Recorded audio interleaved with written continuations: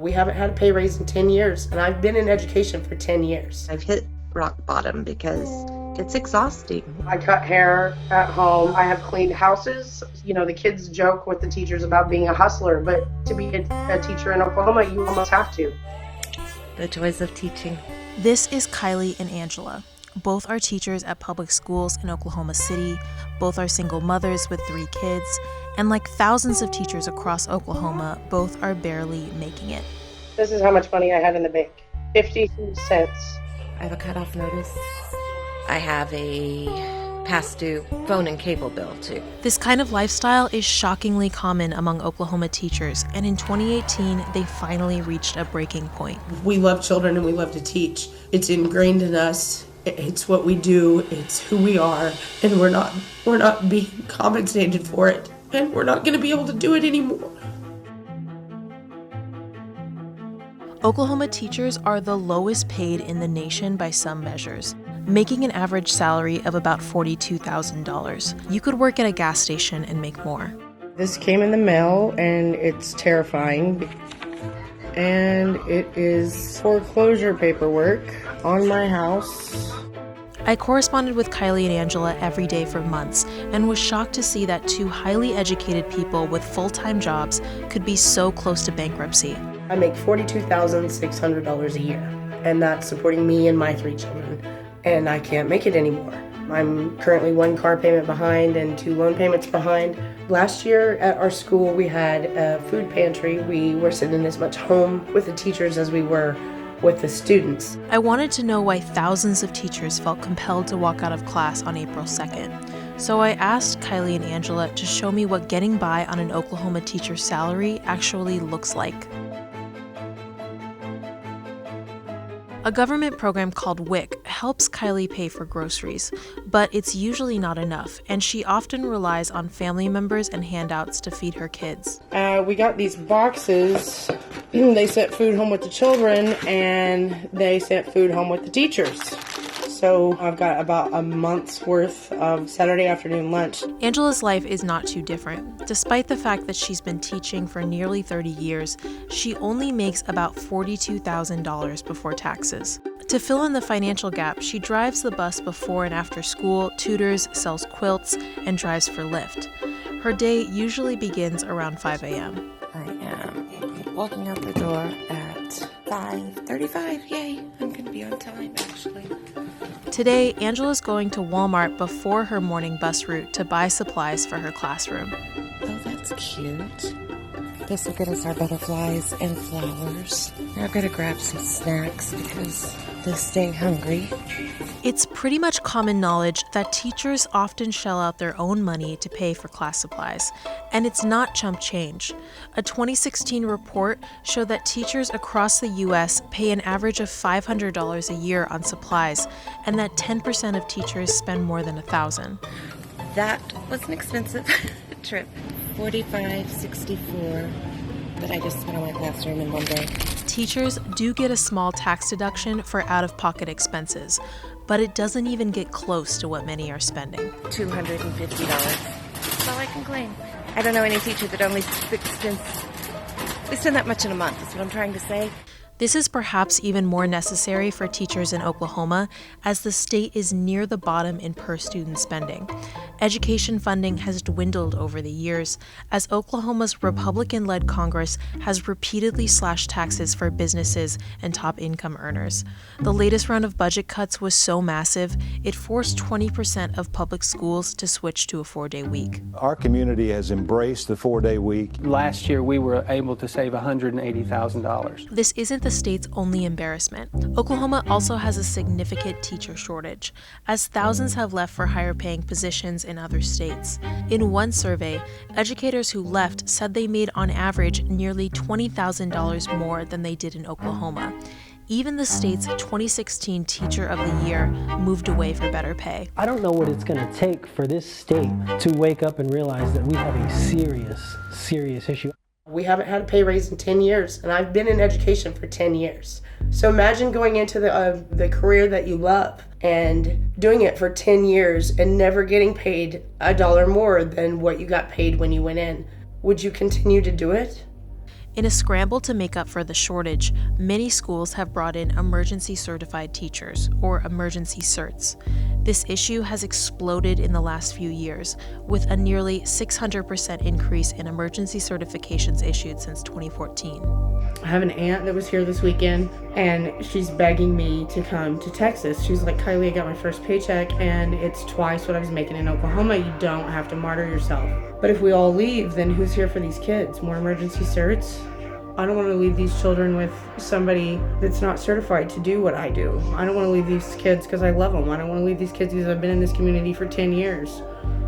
At this point, Kylie is not only counting down the days until the statewide walkout, but she's counting down the money left in her bank account, literally to the penny. I've made my budget for the rest of the week, $40 for a full tank of gas, $3 to $5 for grad school parking. Kylie just sold some extra stuff, and after budgeting, she figures she has about $14 in spending money until payday.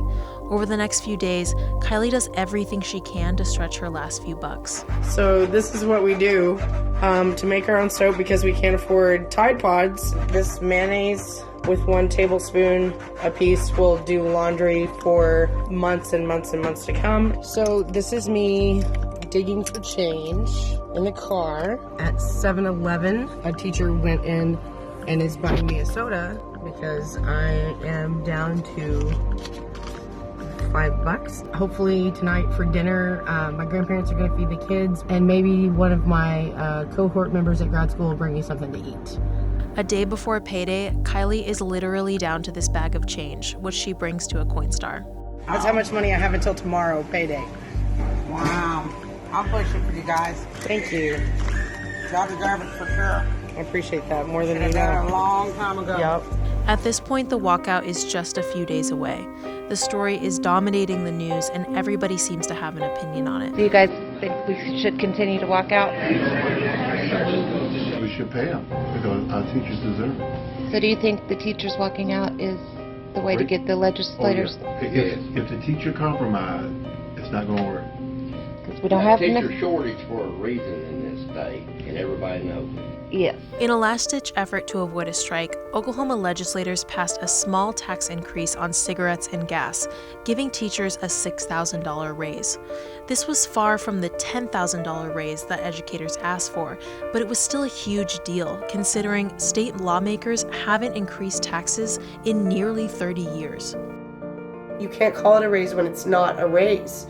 It's not a raise. If you do the math, it would take $6,000 tomorrow to bring me up to what I made in 2009, just for inflation. So how do you feel now that the walkout is finally happening? I've been waiting on this. It excites me, but it's scary. I think the general public sees it as the teachers are being greedy. No, we're not being greedy. We want to continue to be able to do what we love. And if we don't get this, we can't keep doing it. I can't keep doing it. I don't want to. Ariana, to the front office for checkout. Ariana. I am so broken right now by the way things are that if things don't change, I will leave. So I'm hopeful that they change so that I don't have to pursue a new career. But if they don't change, I will. What has kept you doing this for almost 30 years? Why are you still teaching and doing all of these side jobs when you could just do something else?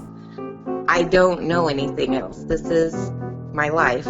I love seeing that I really can make a difference in kids' lives. When I taught high school for a long time, I had a group of boys. No other teacher could handle them in class. They were seniors. They were done. They didn't want to be there, but I worked with them and I kept them in school and I got them graduated. And when I see that all of them who could have easily gone the wrong way, one's a nurse, a couple of them are working oil field, but they're grown adults with families and they're contributing to society. Knowing that I played a role, it's like, okay, that's what I'm supposed to be doing. It's just what I'm supposed to be doing. I don't want to leave. I wouldn't be happy. I had jobs where I made really good money. I owned my own hair salon before I got a teaching degree. I've been a financial advisor. I've had money, but that didn't make me happy. But when you put me in a position to where I can't even survive doing what I love, then I have to do something. I have to make a change because my children are important too. Oh, I'm stumbling all over myself. I'm flustered now. I don't want to leave. This is the singular defining moment for a generation. We're all in this together. We have to change. It is the day of the walkout. We're about halfway to the Capitol. We're about to pass the governor's mansion. Hi, Mary! Hello, Mary! Give us money, Mary! The first week of the walkout was, by many accounts, a success. Tens of thousands of teachers and supporters showed up, and the Capitol building was filled to capacity every day. This is a line to get in. Oh, holy, look at all those people. I'm a sub for 18 years. I have high schoolers that make more than me working at 7-Eleven after school. But as the week went on, more and more teachers returned to school, as many districts rescinded their promise to pay teachers during the strike. One of these districts was Angela's. I am headed to school, and I feel like a complete and total traitor. However, I can't afford to lose a day's pay, so I am going in against everything in me. We were told if we go march again, it will be a breach of our contract. We cannot use leave because we wouldn't be sick, obviously, and this is not an emergency because it was planned. So our district is the only one in central Oklahoma City who will be in session tomorrow.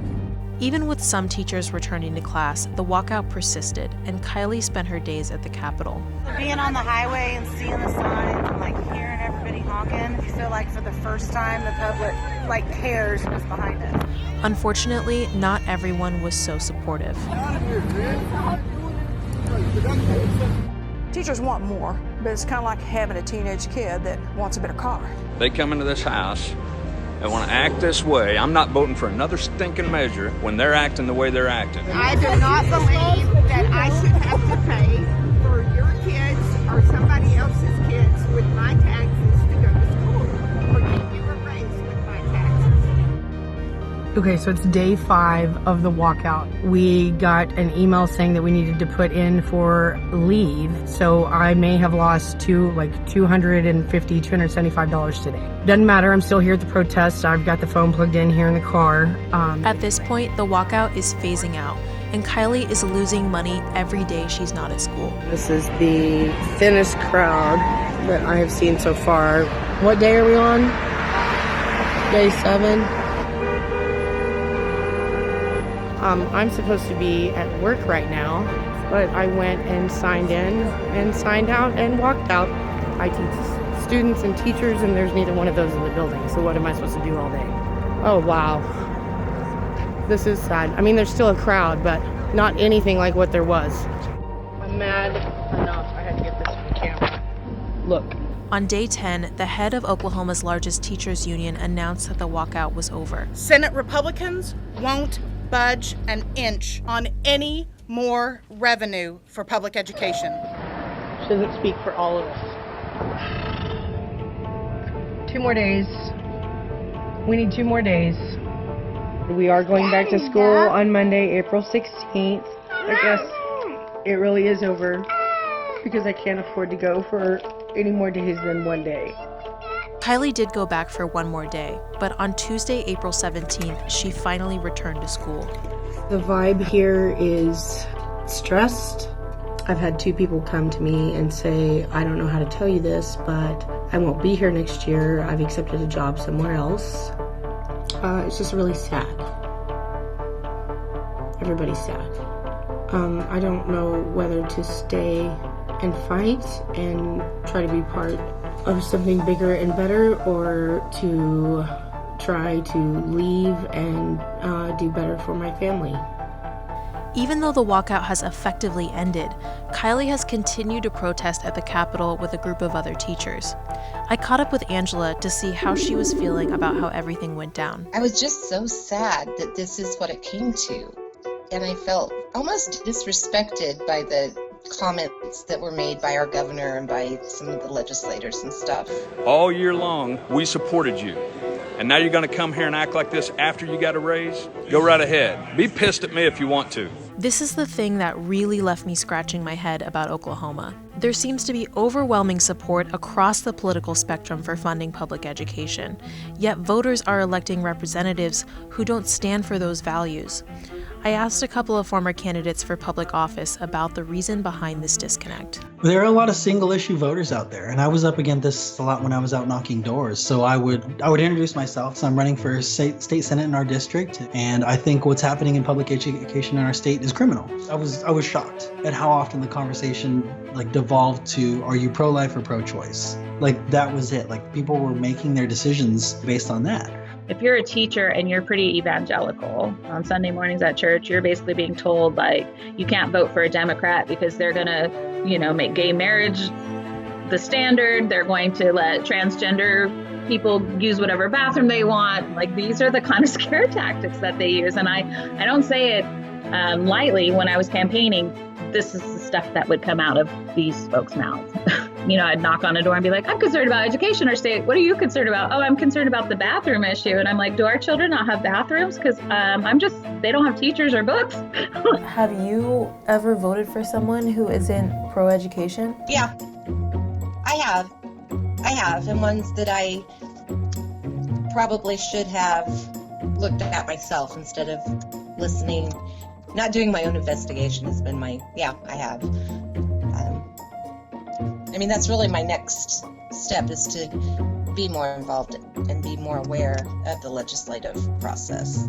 How did you feel having to give up after so many days of protesting? I was hurt. I was angry. I cried. I felt like we had lost. I feel like in November, there's going to be an upheaval. I feel like we're going to clear house and they're not going to see it coming. I don't think they realize how far and wide this goes. And that it's not just Oklahoma. I still see it. I still see it worldwide. I don't think they realize that this really is a movement and that we're not done.